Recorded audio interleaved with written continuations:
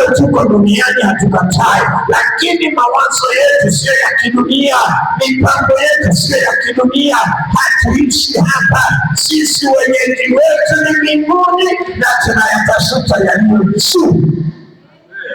Unisaidie kusema amen.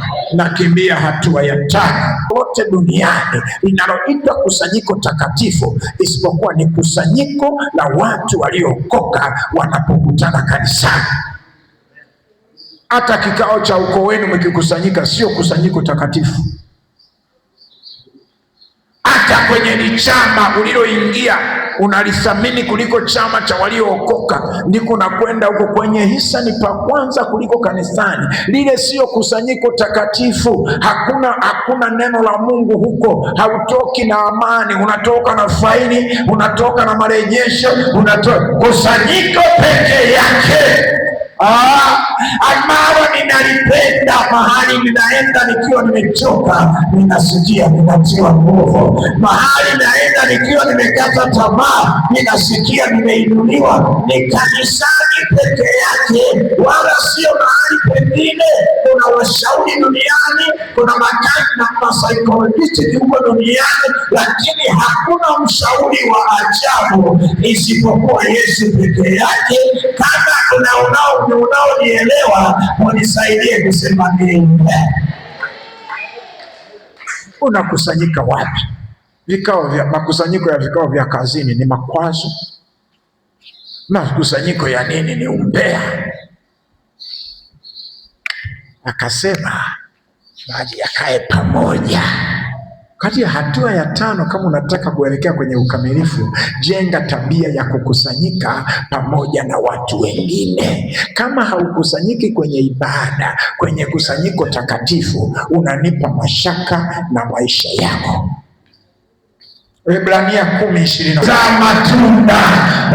Matunda yanaonekana. Tunakuona unaposhauri, unapoomba, tunakuona unapotoa, unapoimba. Tunayaona matunda kwenye maisha yako. Angalia Wagalatia sura ya 5, nipatie mstari wa 21 na 22. Maana tunda la Roho ni hili moja. Kama unakulaga machenza, ulishaona chenza ni moja, lakini unabandua haka. Sasa tunda linakuwa ni moja, lakini lina vyumba. Kuna upendo, yani tukikuangalia tunaona upendo ndani yako. Unawapenda hata wale wasiopendeka, haubagui watu. Tunakuona ni mtu mwenye furaha, hauna makwazo. Kuna watu wanakaaga na makwazo, hata yuko kwenye ibada. Jana nilienda kunyoa mahala, kuna miti namkutaga hapo, mpaka alivyonuna nikasema huyu leo asiende huko kuniosha. Mpaka nikamuuliza, wewe Amina, mbona umekuja mauzo? Nikamwambia alafu sisi weusi hatutakiwi kukasirika, maana ukikasirika mweusi ndio unakuwa mbaya zaidi, afadhali hata weupe. Sasa wewe na weusi wako. Alikuwa ananiambia bibi yangu, nyanya yangu anayemzaa mama, nikikasirika mimi nashavuka. Maana alikuwa ananiona mimi ni mbaya, eti mbaya akasirika. Sasa na wewe tayari sura lilisha kukasirisha, unaongeza na kukasirika. Na bibi yangu alikuwa mrembo, alikuwa na majivuno, alizeeka na jivuna. Bwana asifiwe. Na wapenda wa Kristo waliochipuka matunda ya Roho, unamuona na furaha, ana utu wema, ana wafadhili wenzake, ana upole, ana kiasi. Unasikia anaongea mambo mema, ndani yake matunda yanaonekana, yanachipuka. Natamani Mungu achipushe matunda ya Roho ndani yangu.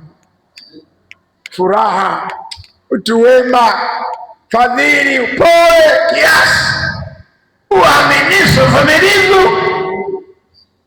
Wana Wakristo wengi hawana matunda.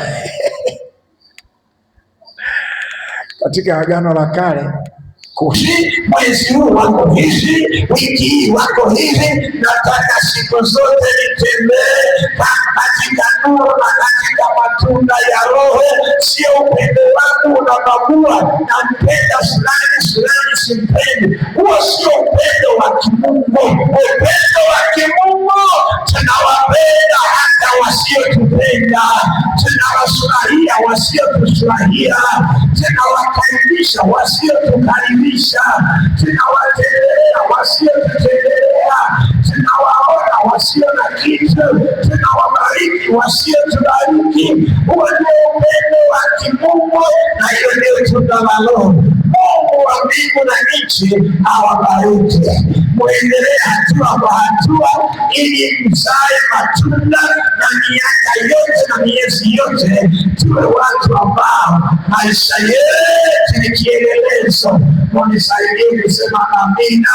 Mumpigie Yesu makofi mazuri. Simama kwa miguu yako.